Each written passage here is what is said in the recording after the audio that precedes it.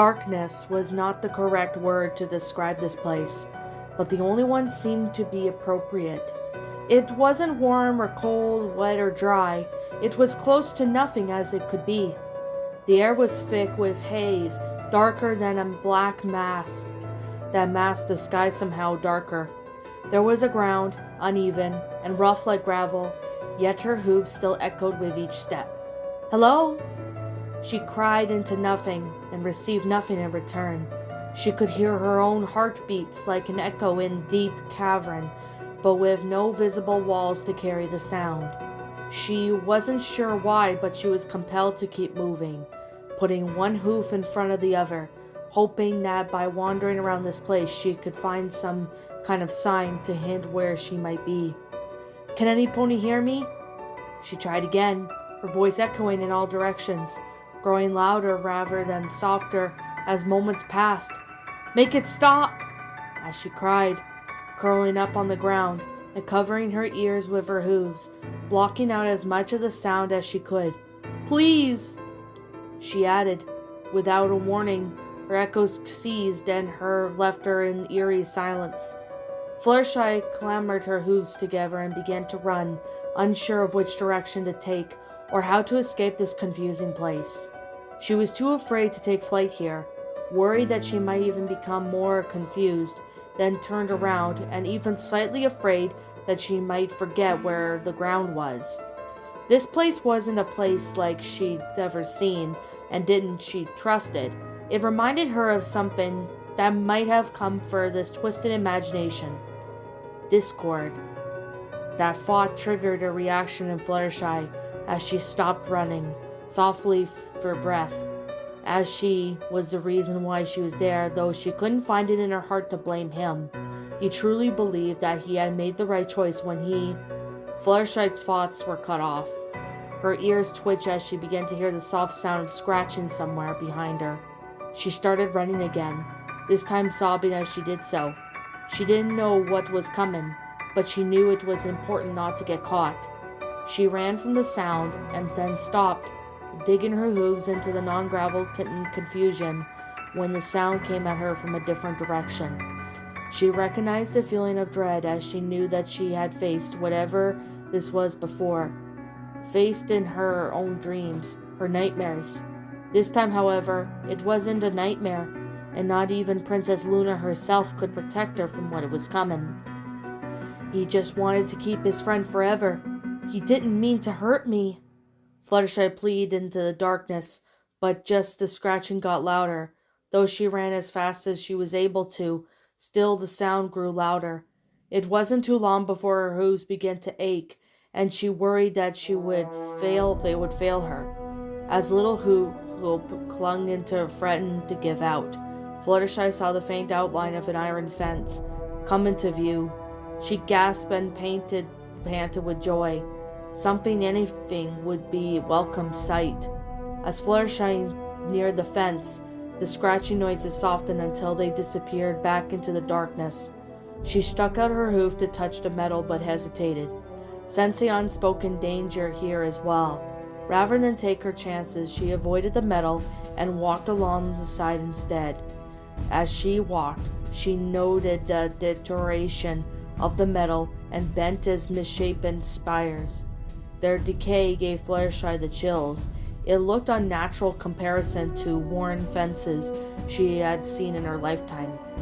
Eventually the metal fence had faded and crumbled, leaving nothing but the unforgiving ground where it once stood. Fluttershy was so preoccupied with the actual fence that she was now discovered what lay beyond it. There were little patches of grass, trees, and shrubs that blended faintly in the darkness that surrounded it. Fluttershy strained her eyes when she caught sight of what she believed was a welcoming sight. Angel, is that you?" she called, racing towards her long-eared companion. When she reached him, however, she discovered there was nothing more than a great mound of dust, so perfectly sculpted to look like her dear pet. "Oh, Angel, I've missed you so much!" She reached out her hoof to touch him, and he disintegrated it into dust. Fluttershy sobbed. The memory of him tugged at the back of her mind as she reached down to the unforgiving soil to re-sculpt him from the dust. He had ears like this. No, maybe they were longer. No, his nose was different. This isn't right. I can't remember. It's been so long I can't. Fluttershy broke into sobs again, and the dust that remained blew into nothingness. She stayed curled on the ground and in tears until she heard scratching again. This time she didn't care. She wanted it to find her. She wanted this endless wandering to finally stop. What are you doing? Get up! Get out of here! Fluttershy's head snapped up at the sound of as she held her breath. That voice, no matter how much time had passed, was still as crisp as clear as if it were yesterday. It captured her rasp perfectly, and the inflection of the impatience that Rainbow always had in her tone. Yeah, silly. Don't let the monster get ya. Another familiar sound, this one so delightfully out of place with his bubbly nature. Then again, Pinky's optimism typically was out of place to begin with. Fluttershy raced towards the sound of her voice. Pinky? Rainbow? Where are you? Please say something else, Fluttershy cried. Get out, Fluttershy, Rainbow cautioned again. Not until I find you. We're not lost, silly, Pinky said. You know how exactly we are. We're right in front of where you left us, all of us. Fluttershy disregarded what was being said. She just wanted to find them. I've been looking for you for so long. It feels like ages, she admitted in her tears. She ignored the pain throbbing of her hooves to pursue her dearest friends.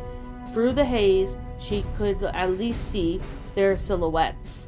They were together, like Pinky had said, and they had looked up. They were ready to embrace again.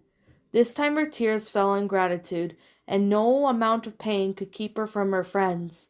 At last she reached them. She didn't hesitate, throwing her hooves around Rainbow Dash to hold her close. Oh, Rainbow, I've missed! She stopped, realizing the object she now held was cold and hard. She jerked herself away from it in confusion. She had been hugging a single flat stone that was sticking up unnaturally from the ground. There were 5 stones just like in place of all of her friends. No, please. I've waited so long to see you. I can't lose you again. Fluttershy curled up on the ground next to her friends and revisited each painful memory. She hadn't noticed the scratching sound getting closer until it was too late to run. Fluttershy felt a chill run up her spine, and her eyes flew open to face the monster that had pursued her all this time. It was herself, or at least another version of herself.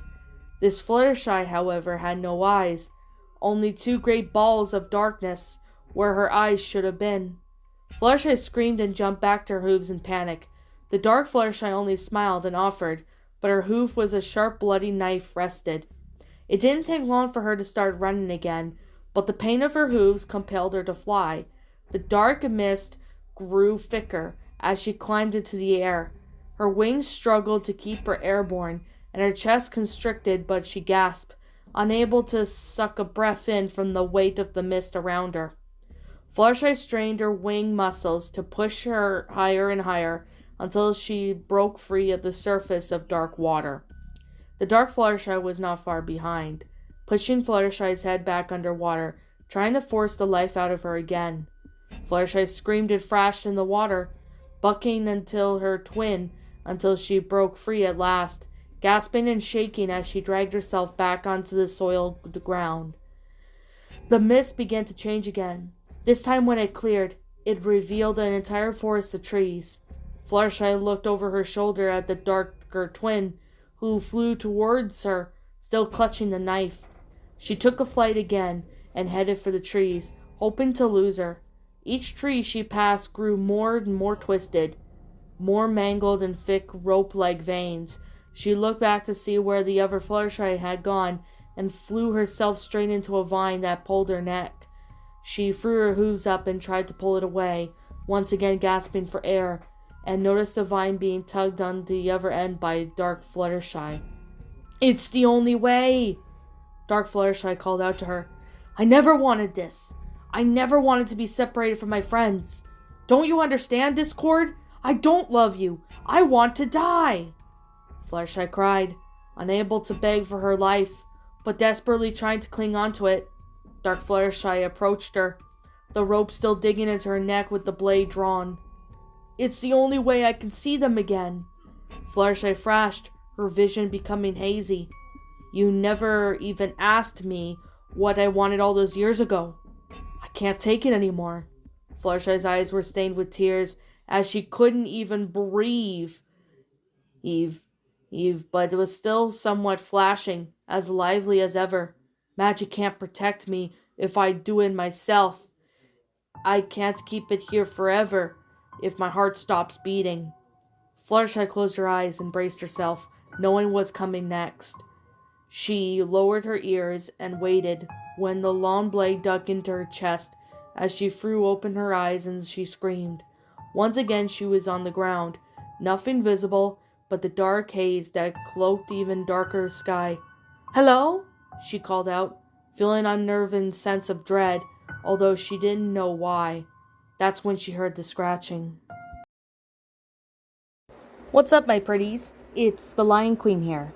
I want to appreciate you all for tuning into this video, and I do appreciate you guys supporting my video by giving this video likes and stuff. If you really enjoyed this video, be sure to leave a like, comment and subscribe if you're new, ring the bell for notifications to when I upload so that way you guys will get updated for whenever I upload. If you want to follow me on Twitter or DeviantArt, feel free to leave a follow on those if you are interested in following me on those socials. If you want to support my backup channel, known as Miss Dark Shigo, feel free to subscribe to it, as a link to that will also be in the About page section. And with that being said, and that being the case, thank you so much for watching, my pretties, and as always, please stay pretty.